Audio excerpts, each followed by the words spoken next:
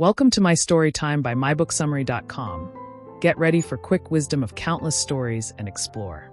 Scary Stories to Tell in the Dark by Alvin Schwartz. If you were a kid in the 80s, 90s, or early 2000s, chances are you had scary stories to tell in the dark in your hands at some point. Or, more accurately, you had it in your hands for about 5 minutes before shoving it under your bed, convinced that whatever was inside its pages was about to crawl out and drag you into the abyss. Written by Alvin Schwartz and horrifyingly brought to life by Stephen Gammell's grotesque, nightmarish illustrations, this book wasn't just a collection of spooky tales. It was a rite of passage. If you could make it through all the stories without throwing the book across the room, you earned bragging rights on the playground.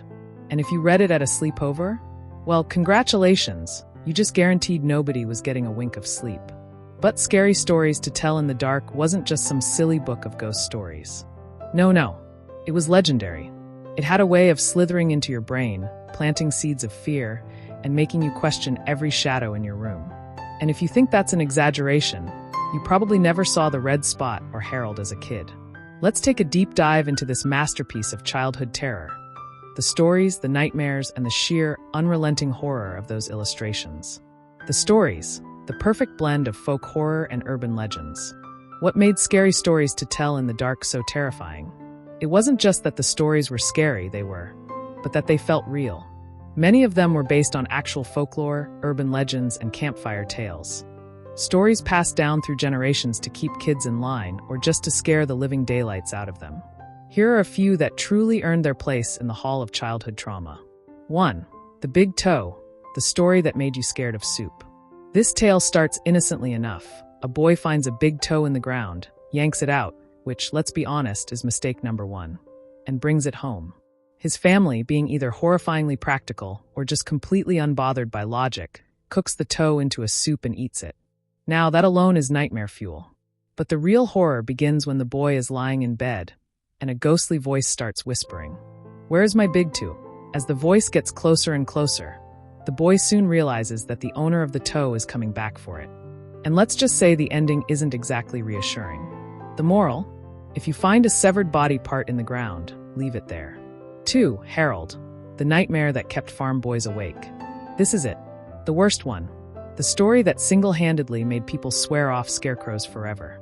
Harold is a scarecrow made by 2 cruel farmers who spend their days abusing it, mocking it, smearing it with food, and treating it like garbage. But Harold is watching. One day, the farmers notice something strange. Harold starts moving. Slowly, subtly at first. But soon, he's standing up on his own. Smiling. Staring. That's when the farmers decide it's time to leave. They pack their things and prepare to flee, until one of them makes the ultimate mistake. He turns back. And what does he see? Harold, stretching out a human skin to dry in the sun. This story didn't just scare kids. It scarred them. If you lived anywhere near a farm, you probably avoided scarecrows forever. 3. The Red Spot. The story that ruined pimples for everyone. Imagine waking up with a tiny red spot on your face. Harmless, right? Just a little bug bite. Now imagine that bite getting bigger, and redder, and more swollen, until one day, while you're just sitting there, it bursts open, releasing hundreds of tiny baby spiders crawling out of your skin. Yep, that's the red spot in a nutshell. This one was special because it didn't just scare you in the moment, it haunted you for years. Every pimple, mosquito bite, or small blemish became a source of pure, undiluted terror. There were kids who actually stopped scratching their itches because of this story. That's how deep the fear ran. The illustrations, a horror show all on their own. If the stories weren't enough to send you running, the illustrations finished the job. Stephen Gammell's artwork wasn't just scary, it was disturbing. Every image looked like it had been yanked straight out of someone's worst nightmare, dripping with eerie shadows, twisted figures, and soulless eyes staring back at you. Here are a few of the most haunting ones. The Pale Lady. This one haunted thousands of childhood dreams. A ghostly woman with hollow eyes and an unnatural grin, staring at you with a face that seemed to melt and blend into the darkness.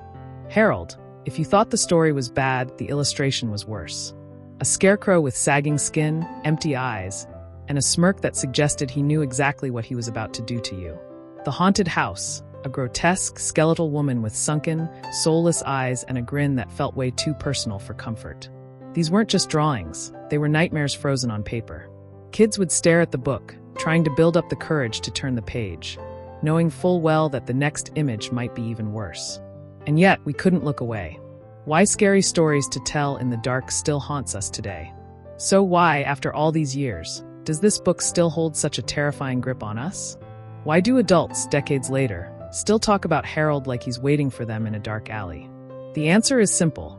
Alvin Schwartz and Stephen Gammell created a masterpiece. They didn't just write ghost stories. They tapped into primal fears, the ones that lurk in the back of your mind, the ones you don't even realize are there until they come crawling out when the lights are off.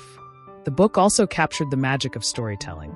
It was meant to be read aloud, shared at sleepovers, and whispered in the dark to unsuspecting victims. It was part of a tradition, one where stories weren't just read, but experienced. And let's be honest, some small, twisted part of us liked being scared, even if it meant checking under the bed 10 times before going to sleep. Final thoughts. The book that made fear fun. At the end of the day, Scary Stories to Tell in the Dark wasn't just a book. It was an experience. It gave kids their first taste of horror, their first sleepless nights, and their first understanding of the power of storytelling. And maybe, just maybe, it's why so many of us still love a good scary story to this day.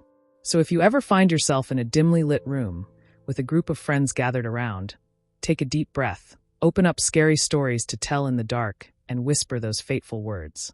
This story is true. It happened to a friend of mine. And then watch as everyone shivers in delicious terror. Because some things never change. Stay tuned for more enlightening content. Head over to www.mybooksummary.com. Don't forget to subscribe and share the magic with friends. And let's grow together through the power of books and interesting stories.